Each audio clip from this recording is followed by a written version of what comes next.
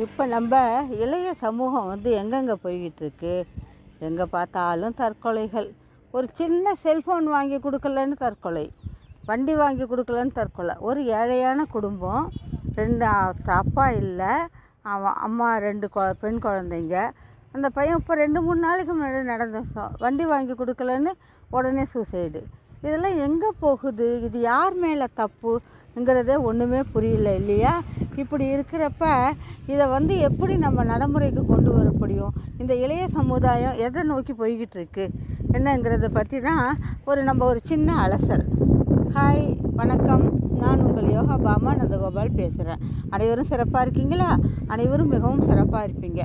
இன்றைக்கி நம்ம என்னுடைய சேனல் சப்ஸ்கிரைப் பண்ணுங்கள், லைக் அண்ட் ஷேர். ஓகே, இப்போ நம்ம சமுதாயம் இளைய சமுதாயம் எங்கே போய்கிட்டு இருக்குங்கிறதே புரியல. மக்கள் ஒரு பக்கம் குழந்தைங்கள நல்லா வளர்க்கணுங்கிறதுனால எல்லாமே வாங்கி கொடுத்து பழக்கப்படுத்துறதுனால இந்த தப்பா, இல்லை ஊடுருவ எல்லாமே எல்லாருக்கும் எல்லாம் கிடைக்கிது, நமக்கும் வரணுங்கிறது நம்ம குடும்ப சூழ்நிலை அறியாமல் குழந்தைங்க இப்படி நடக்கிறாங்க, இந்த தப்பா எதுன்னே புரியல. உலகத்தில் எவ்வளவோ இருக்குது. இந்த உயிர் அவங்களுக்கு அந்த மதிப்பே தெரிய மாட்டேங்குது. குழந்தைங்க எது கிடைச்சாலும் நம்ம வாங்கிக்கலாம், எது கிடைச்சாலும் நமக்கு கிடைக்குங்கிறதுலையே இருக்காங்க. இது ஒரு தப்பான இது யாருடைய குற்றம்? பெற்றோர்களுடைய குற்றமா, இல்லை சமூகத்தோடைய குற்றமா, இல்லை இந்த யூடியூப்பெல்லாம் செல்ஃபோனு இதனாலேயா வந்ததாங்கிறது ஒன்றுமே புரியல.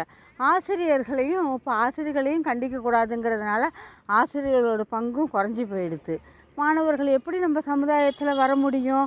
ஒன்றுமே புரியல. இப்படி இருக்கிறப்ப குழந்தைகளுக்கு நான் நிறைய இதில் சொல்லுவேன், கேட்ட உடனே வாங்கி கொடுக்காதீங்க. இது ஏதோ பெரிய ஒரு செல்லம் மாதிரி.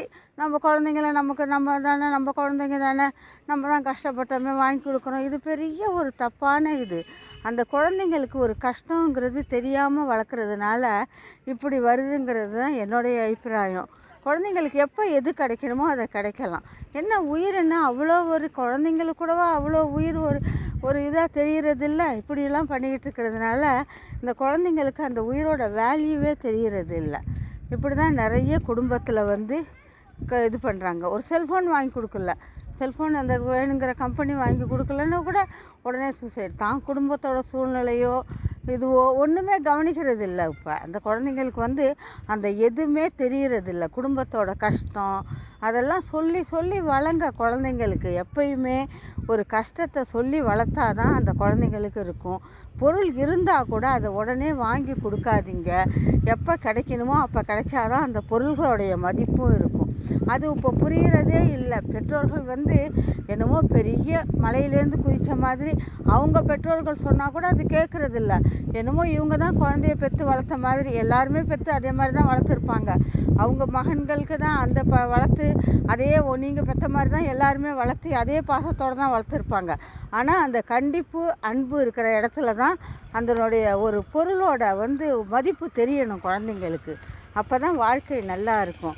அதை புரிய வைங்க. நம்ம எது வேணால் வாங்கி கொடுக்குறதில்ல ஒன்றும் அது ஒரு பெரிய கௌரவமோ அது ஒரு இதோ கிடையாது. இன்னும் போக போக இதை மாதிரி அவலங்கள் எல்லாம் நிறைய குழந்தைங்க எதுவுமே புரியாத வயசில் போயிடுதுங்க. இதுக்கெல்லாம் நம்ம கொஞ்சம் மென்மையான ஒரு அவேர்னஸ் வந்தால் தான் நம்ம குழந்தைங்கள நம்ம காப்பாற்ற முடியும். அதனால் குழந்தைங்களுக்கு சொல்லி வளங்க. பொருள் வாங்கி கொடுக்குறது தப்பே இல்லை. எப்போ வாங்கி கொடுக்கணுமோ அப்போ வாங்கி கொடுங்க போதும். சரியா? குழந்தைங்கள புரிதலோடு வளர்த்தாதான் நம்ம இவ்வளோ கஷ்டப்பட்டு வளர்த்து பாதியில் தூக்கி கொடுக்கவா வளர்த்தோம்? இல்லையே. அந்த குழந்தைங்களுக்கு ஒன்று தெரியணும் இல்லையா? அதை புரிய வைங்க. புரிகிறதா? நன்றி, வணக்கம்.